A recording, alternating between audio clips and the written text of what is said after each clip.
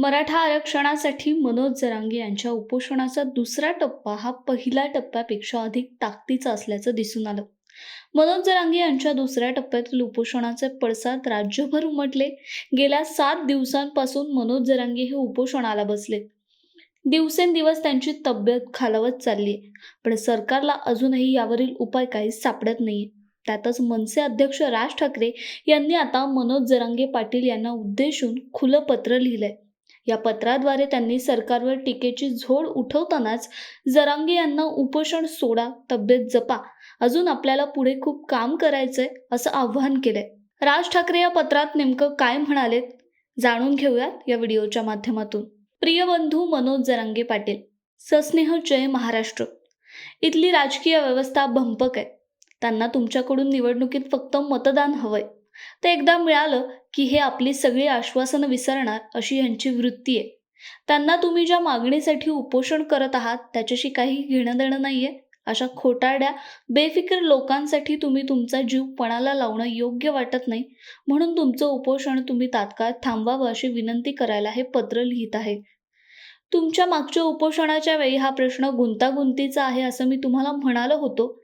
अशा प्रश्नांना हात घालण्याची या राज्यकर्त्या मंडळींची इच्छा नाही असंही म्हणालो होतो. नुसतं जातीच्या नावानं मतं मागायची, खोटी आश्वासन द्यायची असे यांचे उद्योग.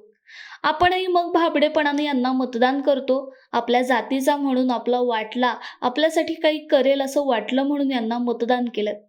एकदा नाही अनेकदा केलं. त्याचा ह्यांनी गैरफायदा घेतला. ही माणसं फार निष्ठुर आहेत. कोण गेलं, कुणाला इजा झाली या गोष्टींनी ह्यांना काहीही फरक पडत नाही. त्यांच्यासाठी तुम्ही नका जीव पणाला लावू. यासाठी आता गावागावातील तरुण आत्महत्या करत आहे. हे तर फारच क्लेशदायक आहे. फारच. या आंदोलनातून अशी घनघोर निराशा पसरवणं अत्यंत वाईट आहे. तसंच याचा शेवट आपल्या समाजात विद्वेष पसरवण्यात तर मुळीच व्हायला नको. कारण एकदा का यांना ते टोक गाठलं की मग आपला छत्रपती शिवाजी महाराजांचं नाव घेण्याचा अधिकारच संपला. 18 पगड जातींना एकत्र बांधून स्वराज्याचा मंत्र आपल्याला छत्रपती शिवाजी महाराजांनी दिला. त्यांच्या शिकवणीवर तर हा महाराष्ट्र उभा आहे.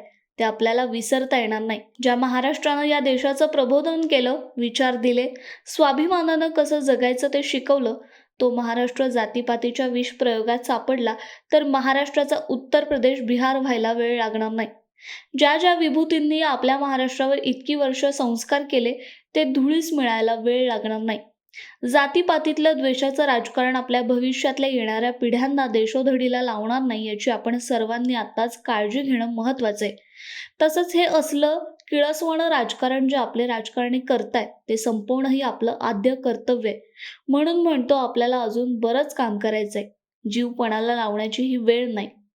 आपली अंतरवाली सराटीला भेट झाली तेव्हाच मी आपल्याला बोललो होतो की ज्यांना विकासाची फळं आपण चाखू दिली नाहीत त्यांना आपण आरक्षणाची संधी दिली पाहिजे. या संदर्भात आर्थिक निकषांवर आरक्षण असावं अशीच आमची अगदी पहिल्यापासून भूमिका आहे. आपल्या मुलामुलींना प्रगत शिक्षण, सन्मानजनक रोजगार उपलब्ध करून देणं अगदी सहज शक्य आहे. फक्त त्यासाठी जागरूक राहायला पाहिजे. आपण संस्था उभ्या करणार आणि त्यात बाहेरच्या राज्यातली मुलं शिकणार. आपण रोजगार निर्माण करणार आणि त्यावर परप्रांतीय हक्क दाखवणार. हे थांबवलं पाहिजे. या आपल्या शहरामध्ये नोकऱ्या कोणत्या कोणत्या आणि कुठं आहेत हेही आपल्या महाराष्ट्रातल्या तरुणांना आणि तरुणींना माहीत नसतं. आपल्याला या बाबतीत बरंच काम करायचंय. म्हणून आता उपोषण करून आपला जीव पणाला लावू नका. भूल थापा मारणारे, तुम्ही नवेच म्हणणारे हे सारे राजकीय पक्ष आहेत. त्यांना त्यांची जागा दाखवण्यासाठी आपल्याला निकराची लढाई लढावी लागणार आहे. जे ह्यांच्या कार्यकक्षेत येतच नाही अशा बाबतीत हे लोक आश्वासनं कशी देतात? विरोधी पक्षात असताना तुमची मतं मिळवीत म्हणून आरक्षणाच्या वरेमाप थाप मारायच्या.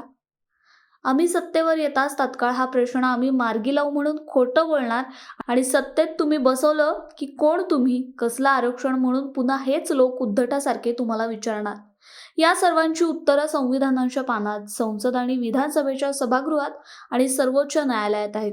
मी या पत्राद्वारे महाराष्ट्र शासनाकडे मागणी करतो की त्यांनी महाराष्ट्राच्या विधानसभेचं विशेष अधिवेशन भरवावं. सगळ्यांना कळू दे की कुणाचं काय म्हणणं येते. सगळ्यांना हेही कळू दे की शासन कुठल्या कायद्यात, नियमात बसवून हे आरक्षण देणार आहे. या सगळ्यातून मग आपण अखिल महाराष्ट्रातून एक प्रस्ताव केंद्र शासनाला पाठवावा आणि त्यांना मार्ग काढायला सांगावा. तोपर्यंत विनंती अशी की तुम्ही तुमचं उपोषण थांबवावं.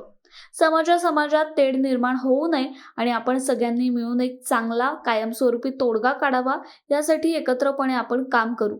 तुमच्या या कामात मी आणि माझा पक्ष तुमच्यासोबत आहोतच, परंतु या निगरगट्ट असंवेदनशील शासनासाठी तुम्ही स्वतःच्या जीवाची बाजी लावू नये, इतकीच माझी इच्छा. ही लढाई मोठी आहे, ती आपण खांद्याला खांदा लावून लढू. सगळेच मुद्दे असे रेंगाळत पडणं बरोबर नाही. त्यांच्या थापा विसरून पुन्हा पुन्हा त्याच पक्षांना निवडून दिल्याचा हा परिणाम आहे. मग ते आपला गैरफायदा घेत राहतात. हे बदललं पाहिजे. आपण सगळ्या महाराष्ट्राचा विचार केला पाहिजे. सर्व मराठी एक असा विचार केला पाहिजे. तसा केला आणि तरच आपण महाराष्ट्रात सुख शांती निर्माण करून महाराष्ट्राला पुन्हा एकदा वैभवशाली शिखरावर नेऊ शकू.